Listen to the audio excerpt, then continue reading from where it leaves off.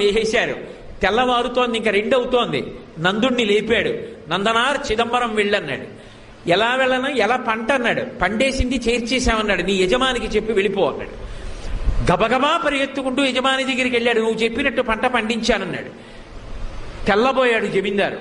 లేచి వచ్చి చూశాడు. గాదెలో పంట ఉంది, గడ్డివా ఉంది, అన్నీ ఉన్నాయి. అర్థమైంది శివానుగ్రహం అంటే ఏమిటో. నందనార్ కాళ్ళ మీద పడ్డాడు. నీ భక్తి నాకు అర్థమైంది నందుడా, వెళ్ళిపో చిదంబరానికి, నేను కూడా మారిపోయాను, ఇక పైన ఇలా ప్రవర్తించనన్నాడు. చిదంబరం వెళ్ళాడు.